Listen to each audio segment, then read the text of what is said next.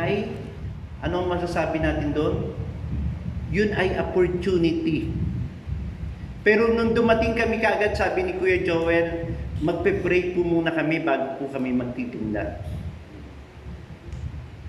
Sa opportunity, para makita mo yung opportunity, kailangan ina-acknowledge mo ang Diyos. Kaya napakahalaga na kung gusto natin ng opportunity, sensitive tayo sa pagkilala sa ating Panginoon. May malalim tayong pagkakaunawa sa pagkakatanggap natin sa ating Panginoong Hesus bilang Panginoon at tanging tagapagligtas. Pagkat sabi ng Panginoon, no one can separate us from the love of God. Kaya kailangan malalim yung pagkakakilala natin, malalim yung pagkakaunawa natin sa kaligtasan.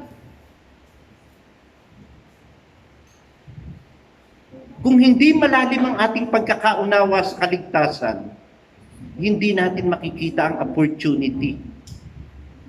Paano ba natin masasabi na malalim ang ating pagkakaunawa sa kaligtasan? Unang-una, marunong tayong magpasakop. Kahit na mga bata tayo, kahit na yung anuman yung nangyayari sa ating bansa o sa ating paligid, sa ating sarili, financially, marunong tayong magpasakop sa Panginoon. Sa Malakay 3:10, ibigay ninyo ng buong buo ang inyong mga ikapo upang matugunan ang pangangailangan ng iglesia. Ito yung kailangan malaya tayo financially. Hindi natin hino-hold ang anumang para sa Panginoon. Ang sa Panginoon ay sa Panginoon. Kaya kailangan maliwanag to sa atin. Bilang mga Kristiyano, bagamat pagkatapos nitong quarantine, meron pa rin tayong social distance, yung bagong normal na sinasabi. Ibig sabihin, mas maraming opportunity para makapagbahagi ka ng gospel. Kung sensitive ka sa Holy Spirit, kung sensitive ka sa ating Panginoong Diyos. Hindi lang tayo i-design ng Diyos para sa loob ng bahay. Hindi lang tayo i-design ng Diyos para mabuhay. I-design tayo ng Diyos to glorify, makita na ang Diyos natin ang makapangyarihan sa lahat. Hindi tayo umaasa sa kapwa natin tao dahil alam natin na ang mga taong nasa paligid natin ay ang Diyos lang din ang may gawa. Ang Diyos lang din ang nagpapala sa kanila. Kung ganito ang ating magiging kalagayan, kung ganito yung nasa puso natin, makikita natin yung opportunity sa lahat ng pagkakataon. Makikita natin nag-overflow. Hindi lang yung sakto sa kamay natin. Dito lang sa church natin, nakita natin kung paano ginawa ng Panginoon yung opportunity na yun. Ginawa niya itong church na to. Ano ginawa niya sa church na to? Ginawa niyang relief. Yung nakakapagbigay pa tayo ng mga pagkain.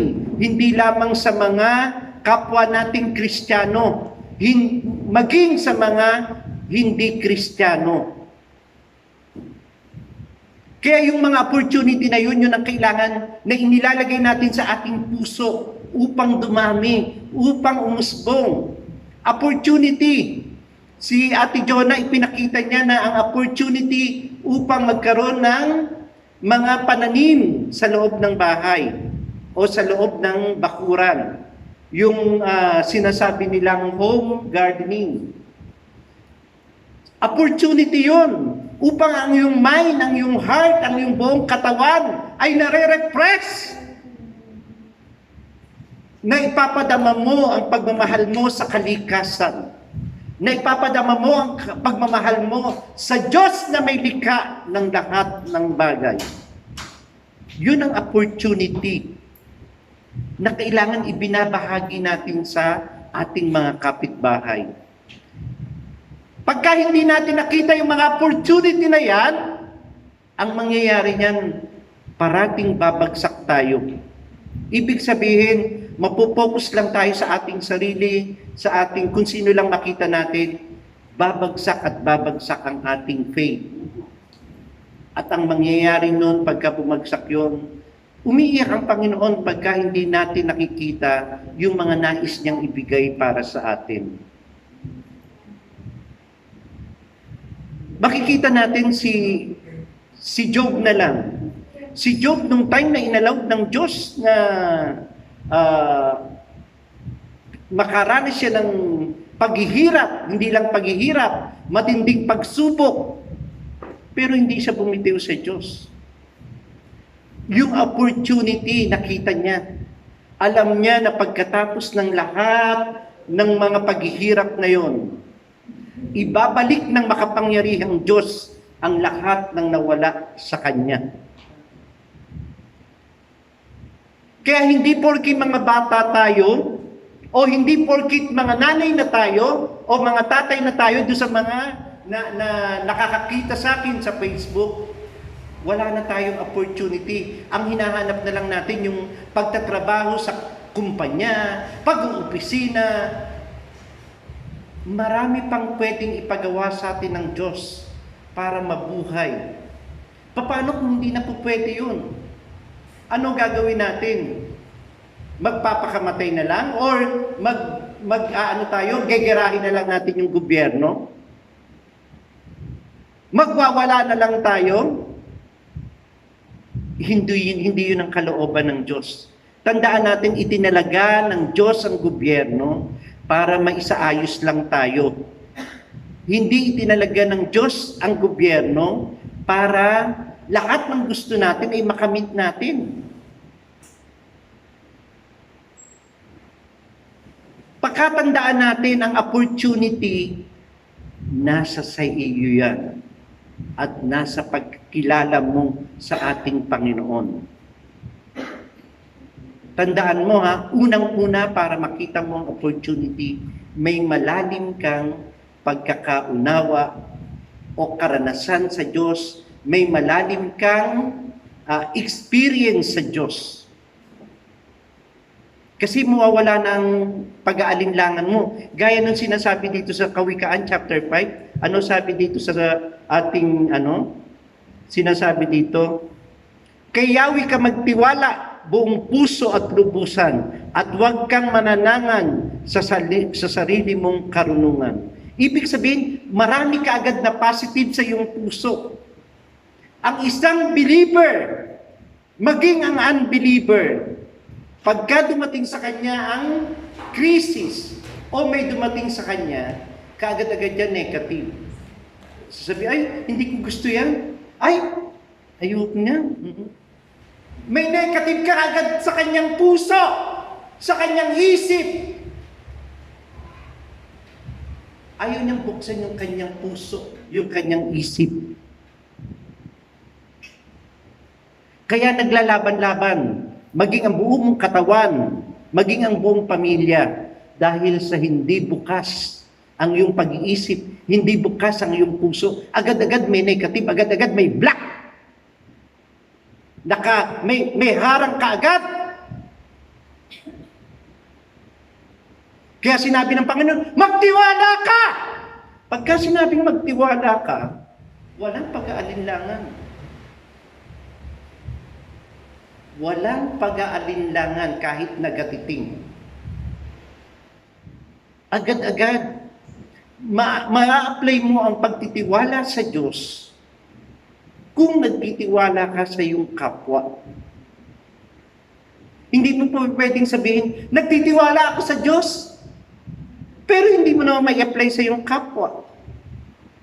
Maging sa kapwa mo sa bahayan. Kung nagtitiwala ka sa Diyos, unang-unang ginagawa mo, isineshare mo yung gospel, isineshare mo yung experience mo sa family mo, sa mga kapatid mo.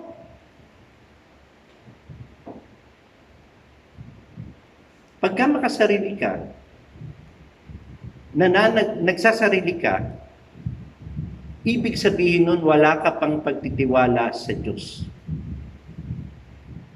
I-check natin ang ating sarili. Baka konting kibot, binablock na natin yung kausap natin. Konting kibot, namimili tayo ng pupwede natin kausapin lamang. Pagka sinabing pagtitiwala, talagang bukas na bukas ang iyong puso, ang iyong buong pagkatao sa lahat ng mga kahalubilo mo. Ibig sabihin, pagka bukas yung iyong isip at ang puso, lalo na ang puso, nakangiti ka kaagad. Ninanamnam mo yung bawat sinasabi niya. Ninanamnam mo yung mga nangyayari sa paligid. Hindi ka kaagad-agad action dito. Agad-agad salita ka agad. Ang isang matalinong tao, nagtatayo ng bahay sa batuhan, hindi sa buhanginan. Pagka nagtatayo ka ng bahay sa batuhan, ibig sabihin, may proseso. Pagka sa buhanginan, ano yan? Wardi-wardi yan. Ang mahalaga lang may maanuhan ka lang. Kaya pagdating ng unos, bagsak. Ang isang Kristiyano, nagtatayo ng bahay sa batuhan o sa bato. Pagka sa bato, kahit na ang mangyari, lumakas ang hangin, lumindol, hindi siya mabubuwag agad-agad. Yan yung gustong mangyari ng Panginoon. Yung pagtitiwala natin, nakikita sa ating pagkatao.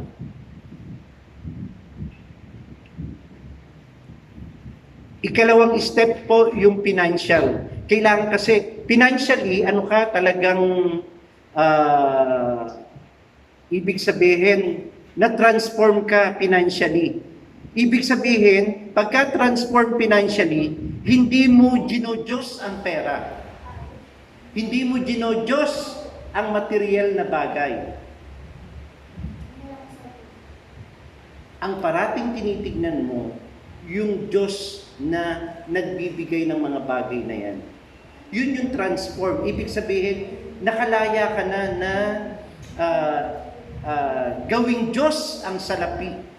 Kasi pagka ginos mo ang salapi, konting kibot talagang gusto mo pagkakakitaan yan. Nung hindi pa tayo Kristiyano, ganyan tayo. Konting kibot, gusto mo may lagay. Konting kibot, gusto mo meron kang maaani. Pero ang isang Kristiyano, sa bawat ginagawa niya, alam niya na pagpapalain to ng Diyos.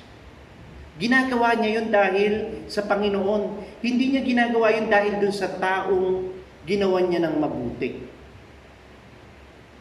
Pagka ganun ang pananaw natin, ginagawa natin ang isang bagay dahil sa gusto lang nating magkaroon, baliwala lang, sayang lang. Lalo na kung sa loob ng church. Sa loob ng church, pagka gumawa ka at gusto mo konting kibot, konting meron kang mapapala, meron kang makukuha. Wala ka nang makukuhang gantimpala sa kalangitan dahil nakuha mo na ang lahat. Tandaan po natin yon. At kahit na may social distance, matapos man itong quarantine, hindi man tayo lahat nakakapunta dito dahil siguro magkakaroon tayo ng bagong kapamaraanan din kung papaano tayo magkakasama-sama na hindi lumalabag sa ipinag-uutos ng gobyerno.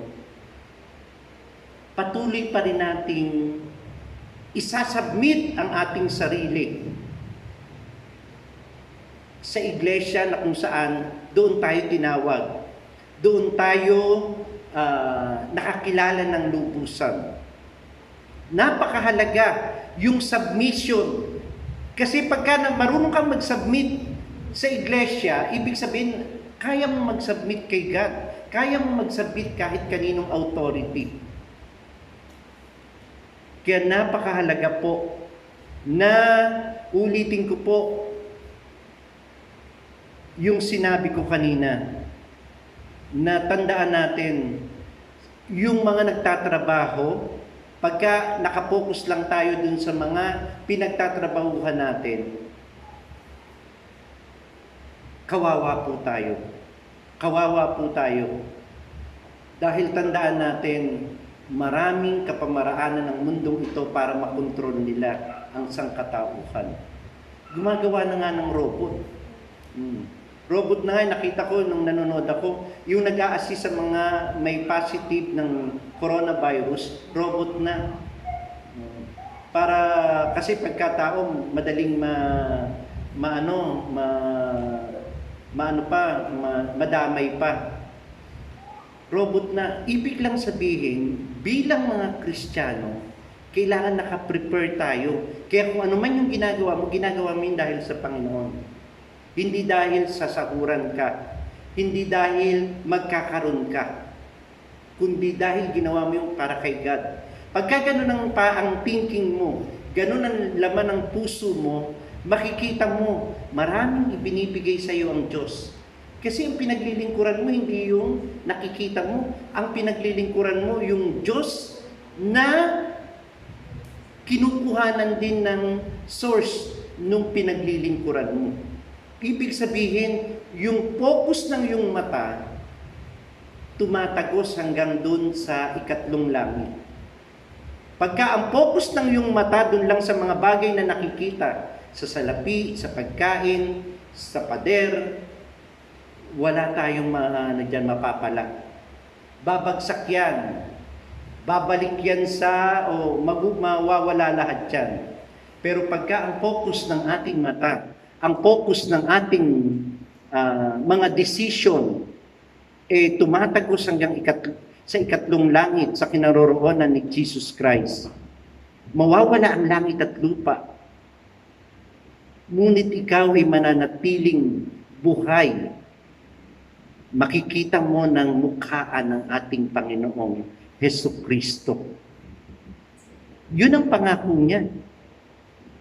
Kasi sa kapanahunan ngayon ng matinding krisis, kailangan ang focus ng isip natin at ang ating puso kay Christ. Hindi tayo nagpapadala sa mga taong nakapaligid sa atin. Kasi kung sa isang kisap mata darating ang Panginoon, kung may puot ka sa iyong puso, may galit ka sa iyong puso, may pagdaramdam ka sa iyong puso, nakikita mo ba na mararapture ka? Makakasama ka ng Panginoon? No, hindi ka makakasama. Maiiwan ka rito.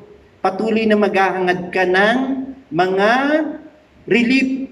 Buti kung may relief pang ibibigay. Kung ang ibibigay sa iyo, palakol, para tagpasin ang ulo mo. Bumitiw ka lang sa pananampalataya kay Kristo Jesus. Sinabi yan ng Bible, sa huling panahon, yung matinding paghihirap, yung hindi bibitiw sa Panginoon, pupugutan ng ulo. Gusto pa ba nating datdan pa tayo ng ganung matinding paghihirap na yon? Gusto pa ba nating makasama sa ganung paghihirap? Yung pugutan ng ulo pagka hindi mo idininay ang Panginoon, pupugutan ka ng ulo? Kung gusto natin, nasa sa atin ang decision nun. Pero kung ayaw natin, hayaan natin na i-focus natin yung ating puso't isip kay Kristo na siyang pinagsimula ng ating pananampalataya at siyang magpapasakdal ng ating pananampalataya upang makita natin yung opportunity. Hindi lang opportunity ng mga bagay na ibibigay sa atin ng Panginoon dito. Higit sa lahat yung opportunity na makikita mo si Kristo ng mukhaan. Makakapunta ka doon sa kinaroroonan niya. Magkakaroon ka ng glorified body. Magkakaroon ka ng katawang hindi nasisira. Yung tumatagos ka sa pader, bigla ka na lang darating mo. O sumainyo ang kapayapaan. Gusto ba natin ng ganon? Or ang gusto natin, maghintay parati ng relief? Kasi paparating po ang paghihirap. Maraming nagsasabi, na baka hanggang 2 taon tsaka nila ilalabas yung vaccine or magkakaroon naman ng vaccine, matatapos muna yung 1 hanggang 2 taon.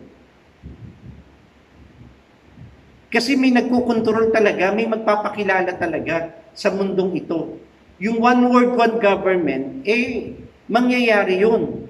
Yung ID system nga, ipatutupad na sa atin itong darating na October, lahat magkakaroon na kaagad.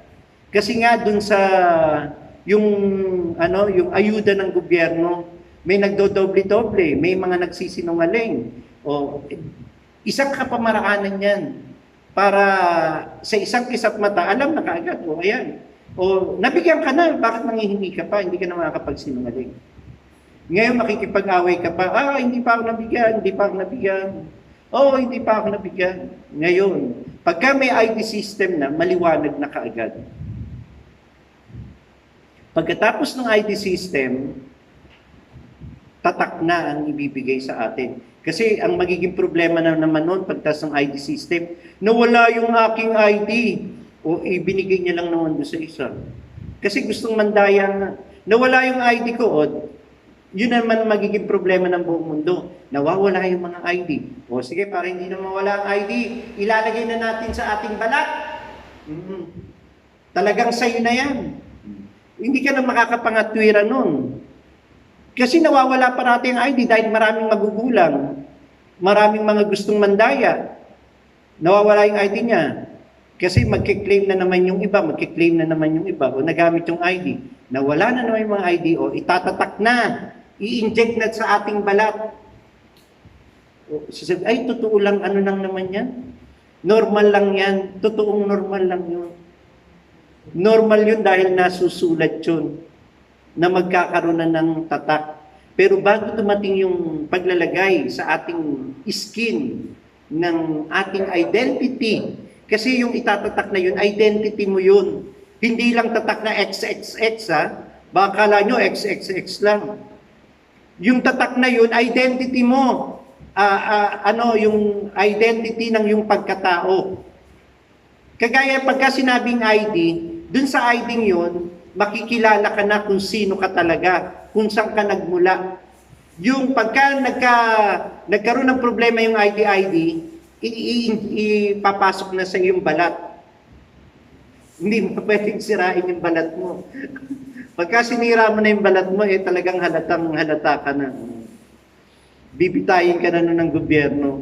Wala na. Nakuha mo na yung ano mo talaga. Ganun yung mangyayari. Gusto pa ba natin dumating sa puntos na ganun? Ngayon pa lang, kailangan matuto na tayong maging totoo. Matuto na tayong hindi nagsisinungaling. Matuto na tayong nagsasabi ng katotohanan. Gaya nung sinabi po dito na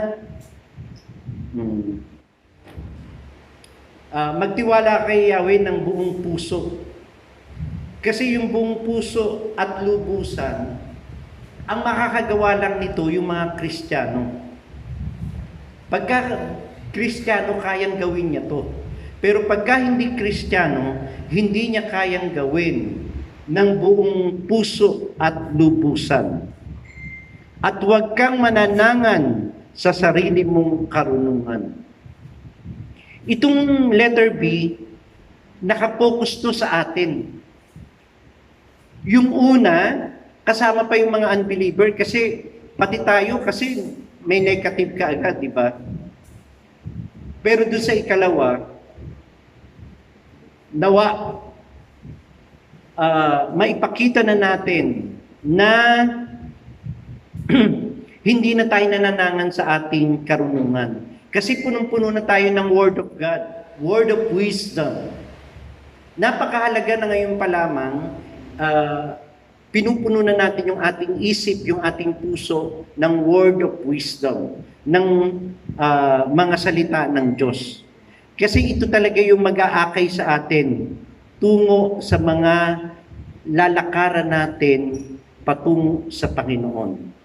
Kung wala tayo nitong karunungan na to, at ang babasihan lang natin yung karunungan nating pansarili, mapapahamak tayo.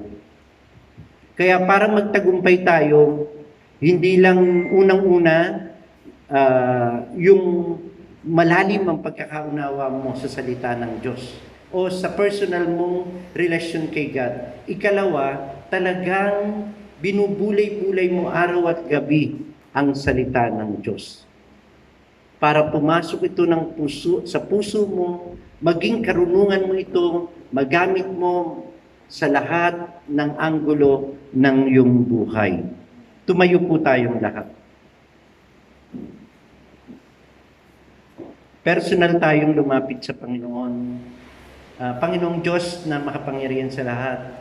Salamat po, Panginoon, pagkat alam po namin, Lord, na kung ang aming puso ay may parating magne-negative kaagad sa aming mga nakakausap, sa aming mga naririnig, Lord, tunay nga po, Panginoon, na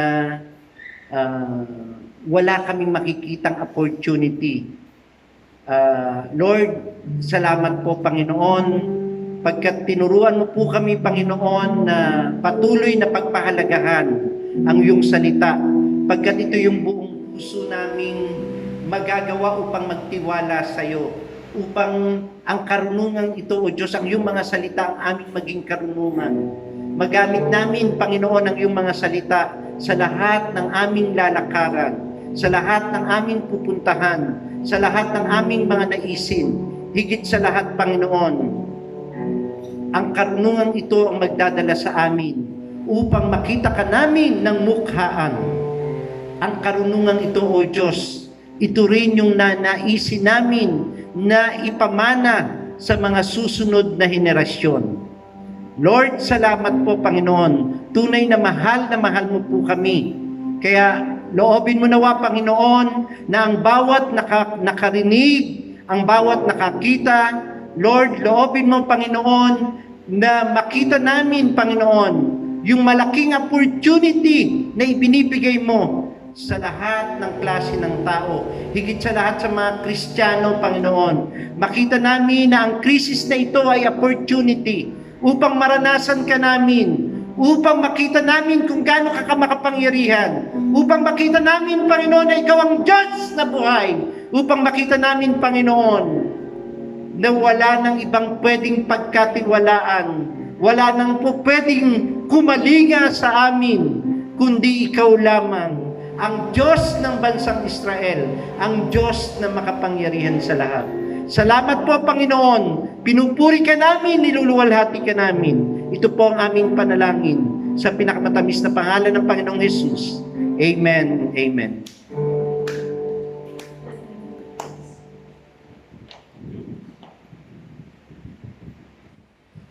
Let us read about the Lord's Supper in 1 Corinthians chapter 11 verses 23 hanggang sa mga sumusunod. Sabi po dito, "For I received from the Lord that which I also delivered to you, that the Lord Jesus in the night in which he was betrayed took bread, and when he had given thanks, he broke it and said, 'This is my body which is for you. Do this in remembrance of me.' In the same way, he took the cup also after supper, saying, 'This cup is the new covenant in my blood. Do this as often as you drink it in remembrance of me. For as often as you eat this bread and drink the cup, you proclaim the Lord's death until he comes. Therefore, whoever eats the bread or drinks the cup of the Lord in an unworthy manner shall be guilty of the body and the blood of the Lord. But a man must examine himself, and in so doing he is to eat the bread and drink of the cup. For he who eats and drinks judgment to himself, if he does not judge the body rightly. For this reason, many among you are weak and sick, and the number sleep. But if we judge ourselves rightly, we would not be judged. But when we are judged, we are disciplined by the Lord, so that we will not be condemned along with the world. So then, my brethren, when you come together to eat, wait for one another. If anyone is hungry, let him eat at home, so that you will not come together for judgment. The remaining matters I will arrange when I come. Let us pray. Father in heaven, we thank you, God, for this opportunity for us to take the Lord's Supper. Lord, we remember the time you were at the cross, oh God. It's because of how much you love us, why you were there, oh God, to show your mercy, your grace to each one of us. Father, as we remember your death at the cross, oh God, we are so much grateful for the life that we have right now, oh God. Thank you, God, for your love that is everlasting. Salamat, salamat, Panginoon, sa pagkakataong ito na patuloy ka naming inaalala, Panginoon, ang iyong kabutihan, ang iyong pag-ibig. Ang lahat-lahat, Lord, ng meron kami ay galing sa iyo. Wala kaming maipagmamalaki sa iyo, Panginoon, dahil ikaw ang gumawa ng lahat, Panginoon. Even the death at the cross, Panginoon. Ginawa mo ito, tinapos mo ito, para lahat kami ay maligtas, Panginoon. And Father, as we celebrate the Lord's Supper, Panginoon, we are so much grateful, O God, for the healing, Panginoon, na nanggagaling sa iyo. Dinadalangin namin, Panginoon, ang mga nasa ospital, ang mga may sakit, may karamdaman, Panginoon. Lord, touch them, O God. Heal them, O God. Thank you, Lord. Ito po ang aming dalangin sa pangalan ni Jesus. Amen.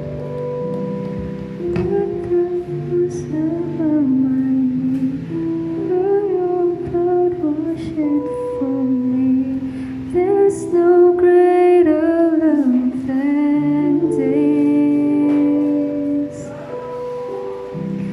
You have overcome the grave.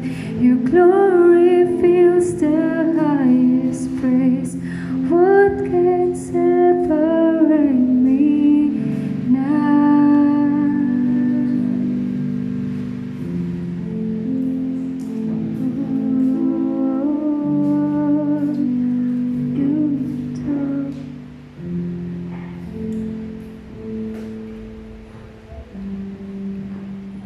Father God, patuloy po o Diyos na nagpupurit, nagpapasalamat kami sa umagang ito, Panginoon. Kinatag mo po ang aming mga pangangailangan, Panginoon.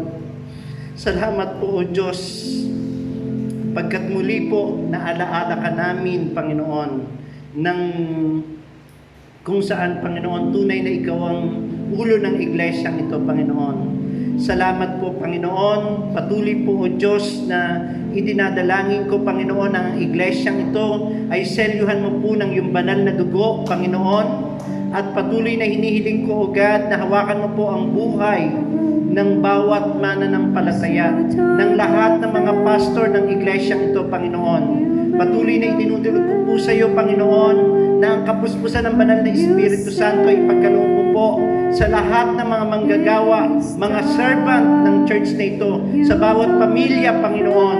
Hinihiling ko, Panginoon, na patuloy, O God, na pagpalain mo po at loobin mo, Panginoon, na ang bawat pamilya na nire-represent namin, Lord, makita namin parati, Panginoon, ang opportunity, Panginoon, na maranasan ang kapangyarihan at kadakilaan mo.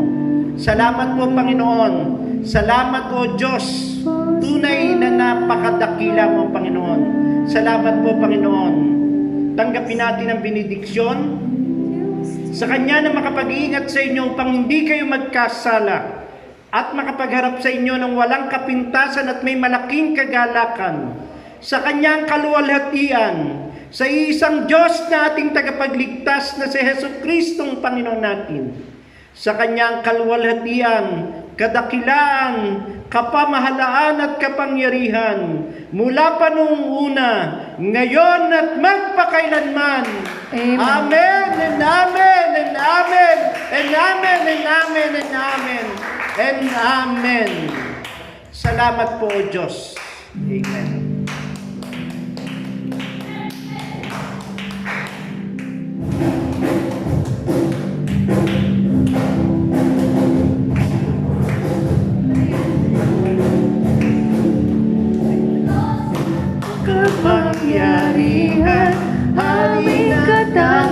taas-taasan sa aming puso ay nananahan. Pagpapalamot, pagsama ay aming nararanasan. Kailan may hindi mag-iisa. Kung ating mamasdan ang karawakan, hindi ko maunawaan yung dahilan kung bakit ako pinilit mo tinalagaan. Hindi ko kayang isipin, hindi ko kayang sukatin ang pag-ibig mo, Jesus, ngayong binigay sa akin. Salamat, salamat, O Jesus, sa pag-ibig mo. Walang ibang nagmahal sa akin ng katulad mo. Oh, oh. Salamat, salamat, O Jesus, sa pag-ibig mo. Ako'y